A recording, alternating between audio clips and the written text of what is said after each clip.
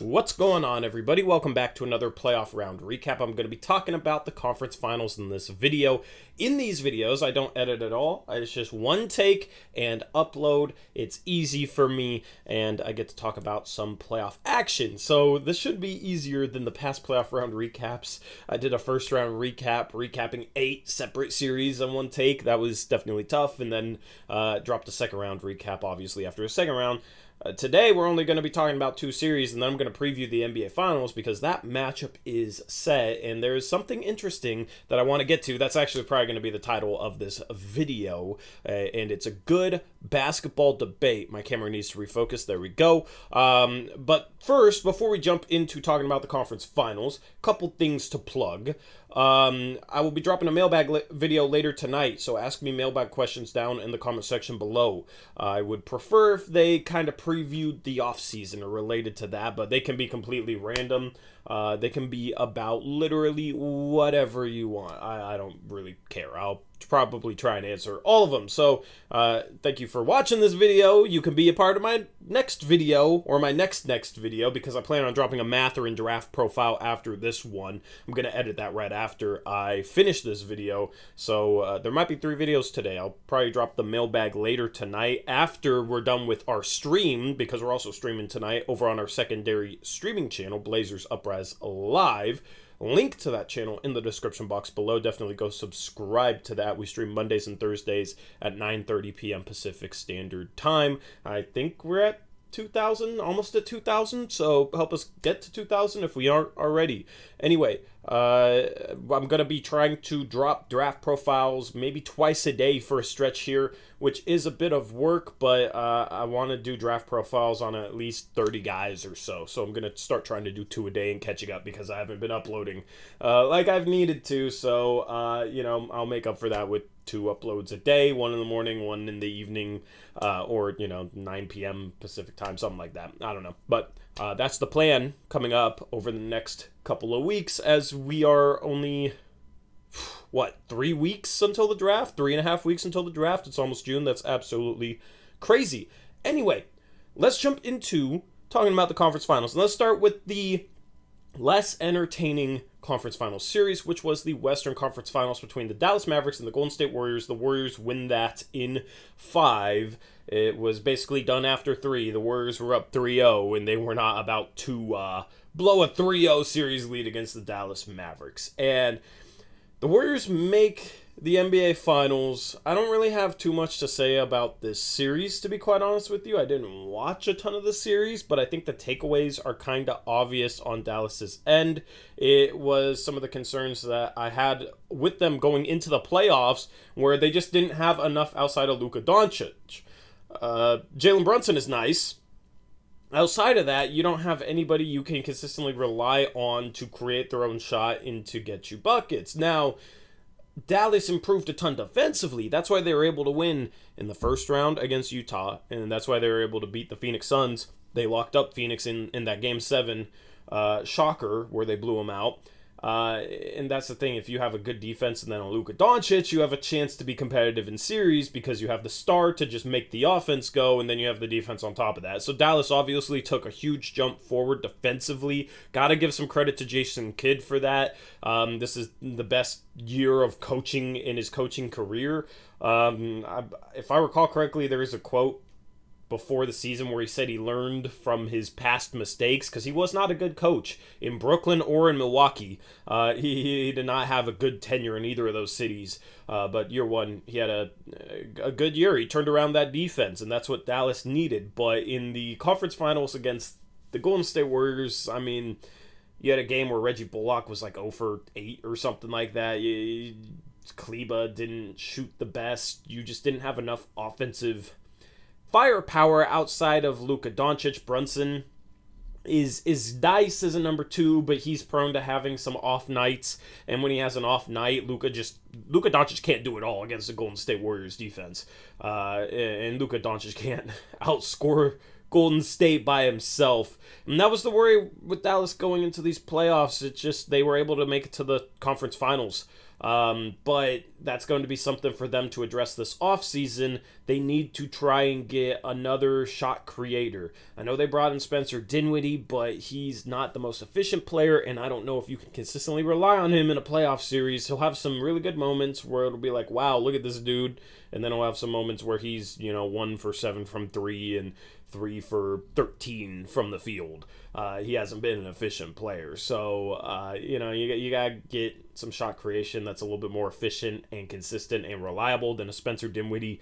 Jalen Brunson's a free agent, unrestricted free agent this offseason. They might have to pay him $25 million a year or more, because there are probably going to be teams out there that are looking to overpay him for 2 to 3 years just in order to get him. Detroit is one of those teams, in my opinion, and I don't really know what other targets there could be. Maybe New York, if they're able to get off Julius Randle's contract.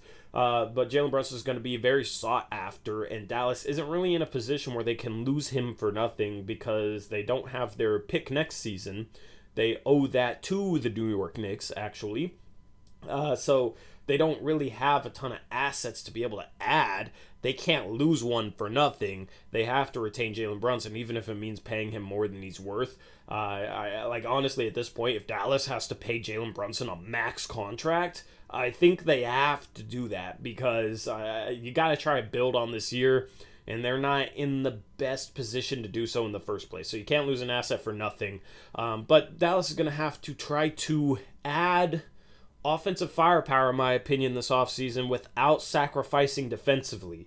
So you look at, a Maxi Kleber, a Reggie Bullock, those are tradable contracts, $9-10 million that you can use to match something, but Reggie Bullock was one of their best defenders during this playoff run. He's really good getting through screens. Maxi Kleber is a very underrated defender as well and can knock down threes, albeit inconsistently, at a center spot, and he could even play some four. So you don't necessarily want to trade out a combination of Reggie Bullock and Maxi Kleber. Even if you're getting a better player on the offensive end, if that player isn't a good defensive player, then you're sacrificing defensively, and Dallas finally just figured out things on that end. So you don't want to try and add to the offense and then subtract from the defense. Dallas has to try and find a way to get Luka Doncic more offensive help without sacrificing defensively. That's the goal for the Mavericks this offseason, but my gut feeling says that this year's Dallas Mavericks could be like the 2019 Portland Trail Blazers. I mean, my Blazers made the Western Conference Finals that year, got swept, so we didn't win a game like Dallas did. But, it got dominated in the conference finals by the Golden State Warriors in 2019, just like Dallas did this year. And then the following season, first round exit. The following season, first round exit. I have a gut feeling that Dallas isn't necessarily, taking a step towards being a finals contender or anything. There's years where you get a team in the conference finals that surprises people, and I think the West is going to be tougher next year. You're going to have a healthy Clippers team. That's going to be a problem. I think New Orleans could actually be a team that could give Dallas a run in a first-round series next year if Zion Williamson's healthy and they have the 8th overall pick. You're going to have some teams rising up. Of course, Memphis as well. So it's not going to be an easy West next year. I feel like Dallas is going to take a step back. They are not in an easy position to add this offseason. But I could be wrong. I was wrong with them this playoffs because I didn't think they'd beat Phoenix in a million years, and they ended up making the Western Conference Finals. So good year for them. Round of applause. As far as Golden State goes, they end up beating who'd they play the first round? I'm actually forgetting. It was Denver. They beat a shorthanded Denver team. They beat a Memphis team who played a couple games without John Morant, and some people like to say that Memphis is better without John Morant, and that just is blasphemy to me. But shorthanded Memphis team, and then they end up going against the Dallas team, which isn't the most impressive team.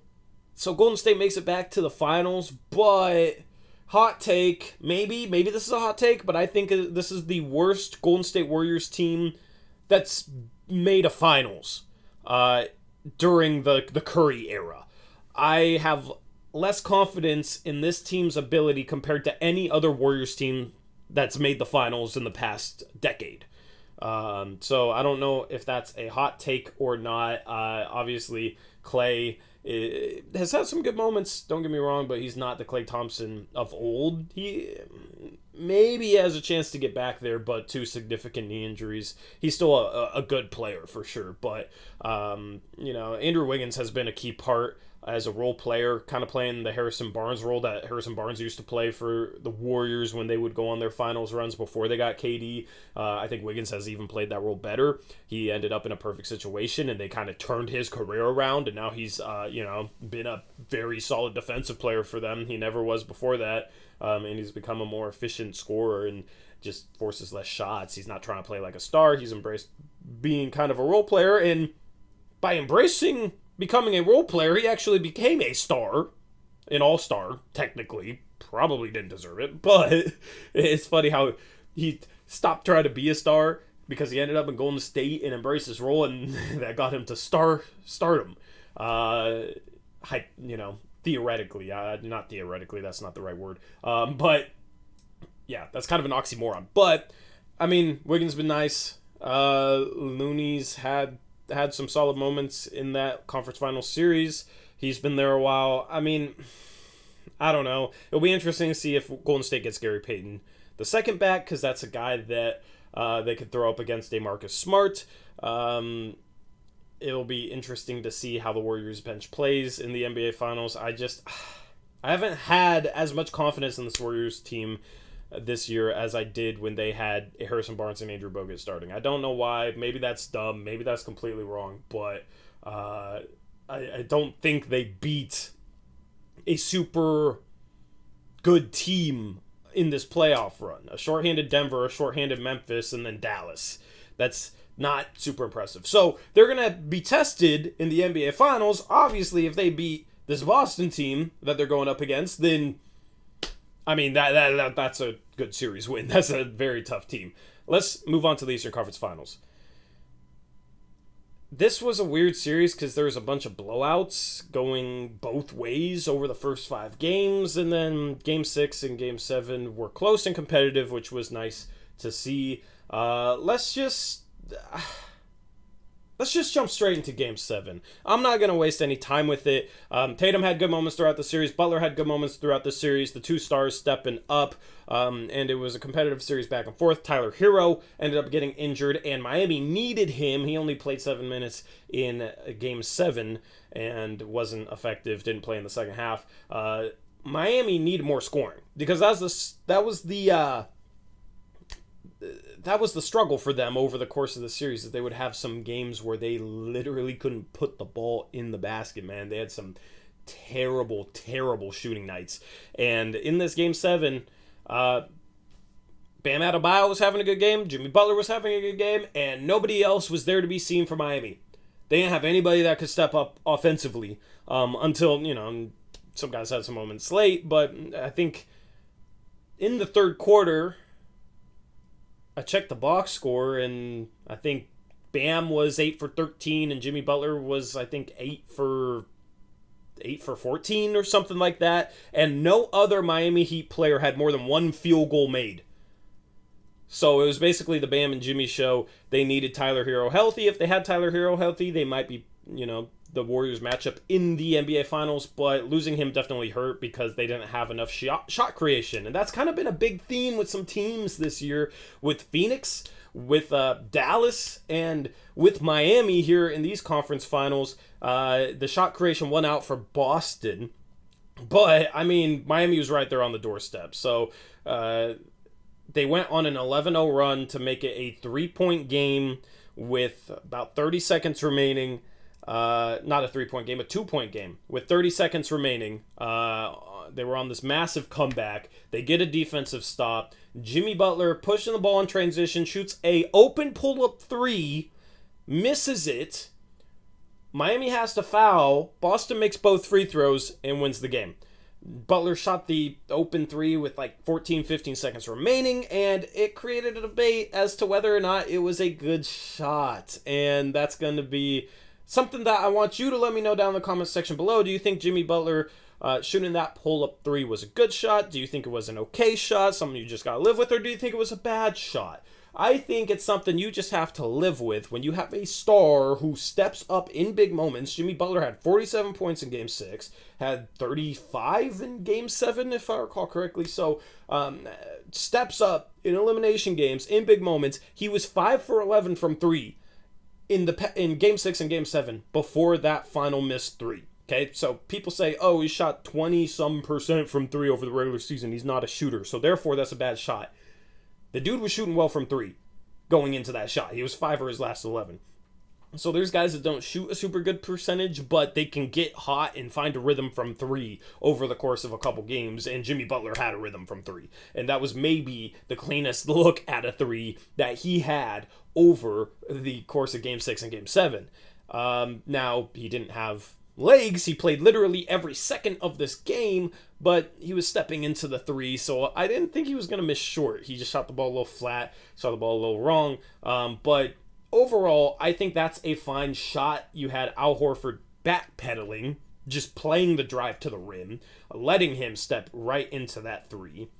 Transition 3s, as long as you have teammates that are kind of running with you, transition 3s are normally the easiest types of shots to get offensive rebounds on because, A, the longer the shot, the longer the rebound, unless, of course, it airballs or, you miss really badly. So the longer the shot, if it hits rim, usually the longer the rebound, which favors the offense for getting that board.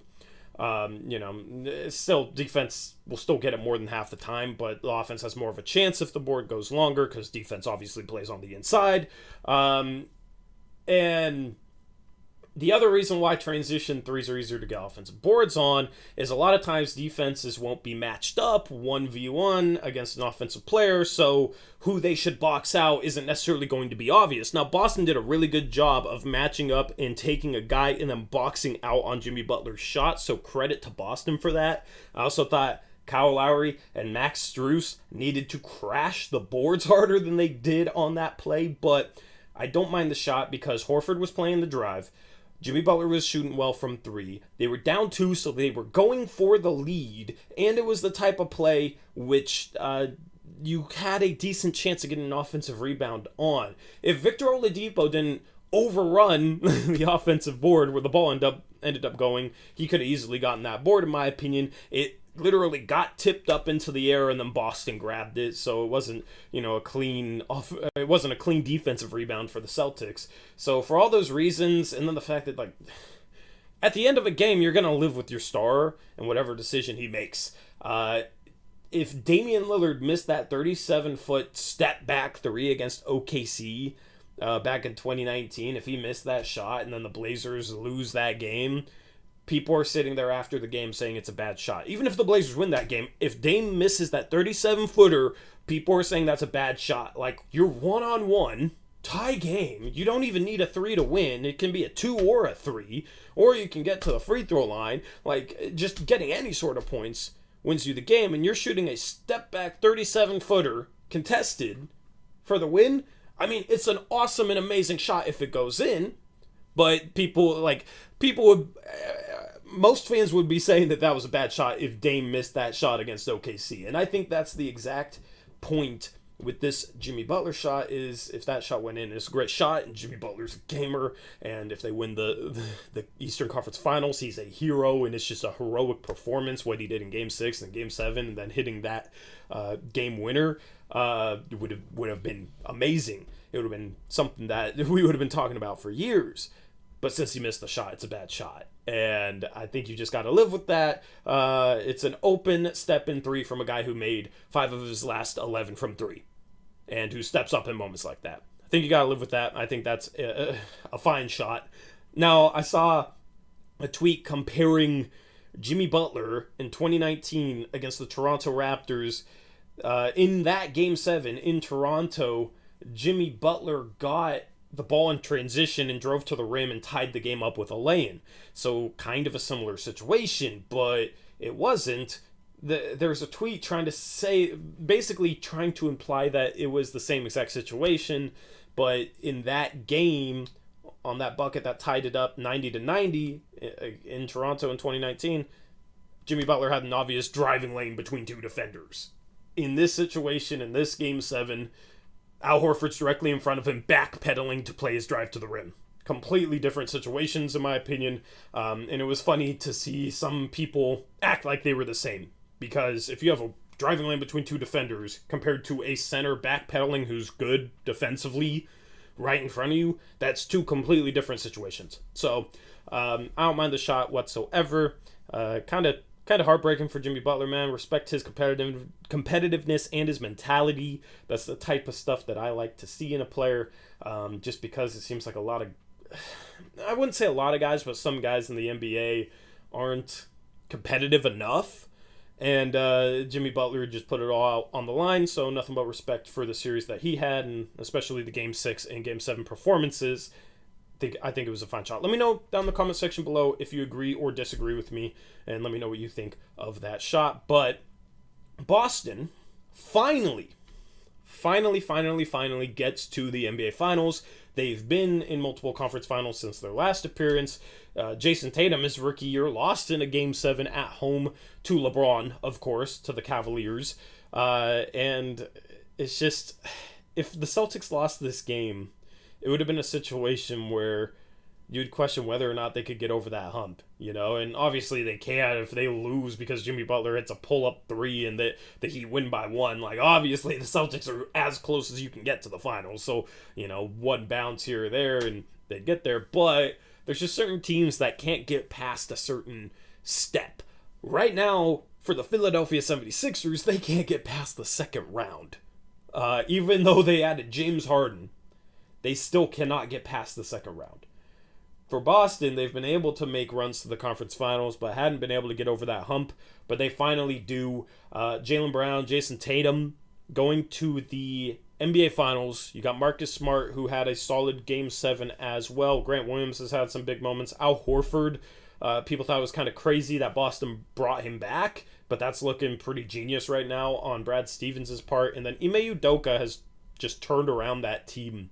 Boston was 11th in the East in January, and now they're in the NBA Finals. And little side note, because this is a Blazers channel and most of you are probably Blazers fans, something that's driven me crazy is some Blazer fans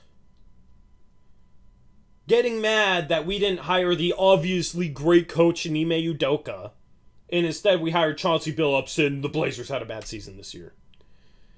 In January, nobody was saying Ime Udoka was a good coach.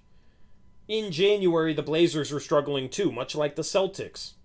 Problem is, they didn't have Damian Lillard, and then they tried to tank basically the second half of the entire season. And Damian Lillard wasn't healthy, they didn't have their best player, and you had problems with Robert Covington, Norman Powell buying in, and all the people screaming about the three-guard lineup. You know, some of them aren't making that excuse for the coach anymore, which is interesting. But if Chauncey Billups was coaching Boston and Ime Udoka was coaching Portland, I don't think Ime Udoka would have done any better in Portland than Chauncey Billups could have. I mean, look at the lineups Chauncey Billups was coaching the latter part of the year. Shoot, the most competitive the Blazers looked is when they were playing without Damian Lillard, when they had Anthony Simons, Josh Hart, Justice Winslow, and Yusuf Nurkic as their core four pieces, and they won 4 games in a row going into the All-Star break. Now, I've been on record saying that 4-game winning streak is a little bit of fool's gold. Don't read too much into it, but I mean, it was obviously just a messy year, completely out of Chauncey's control for the most part in Portland. But I think what you see is, I mean, New Orleans had a new coach this year. They started 3-16, and then obviously they got healthier and brought in CJ McCollum, which helped turn things around. But they had a new rookie head coach this year as well, and Willie Green. I think what people need to realize is it takes rookie NBA head coaches some time to find their footing. It took Ime Udoka some time to find his footing in Boston. They were 11th in the East in January. Now they are in the NBA Finals with a solid chance to win it. Chauncey Billups, it looked like he finally found his footing there in February right before the All-Star break, and he didn't even have his best player. He didn't have his best player at all. And now Portland's going into the offseason with the 7th pick. To add to that, I mean, Chauncey, it seems like, finally found his footing, and then Portland wanted to tank to try and get a top 4 pick. Unfortunately, they didn't get it, but Chauncey didn't even get the opportunity to prove that. Who knows? If Blazers could have made the play, and if they Didn't sit Anthony Simons for the rest of the year and Josh Hart for a good portion of the, after the All-Star break, and Yusuf Nurkic after the All-Star break. So anybody, saying, Portland made a mistake hiring Chauncey Billups because they didn't hire Ime Udoka. I mean, Ime Udoka is a great coach, but there's no reason to think that Chauncey is a bad coach based on last season. That's all I have to say. And this is coming from somebody that had Ime Udoka as his number one coaching candidate going into the offseason. It's funny how all the people that said, oh, well, if you want Terry Stotts fired, you have to name a replacement. And I'd always be like, Ime Udoka, Ime Udoka, Ime Udoka. Now they're mad that we don't have Ime Udoka. Just kind of funny how that works itself out. But Chauncey next year, I think will have a good season. I mean, new coaches need time to find their footing, and Chauncey was given a team with their best player, Damian Lillard, who's carried the team no matter what the game plan was, no matter how bad the game plan was going into each game, no matter how bad the offense was, no matter how stagnant it was. Damian Lillard just carried this franchise over and over and over again. Then he was hurt this year and couldn't do it. I mean, what did people expect Chauncey Billups to do? Anyway, that's a little side tangent.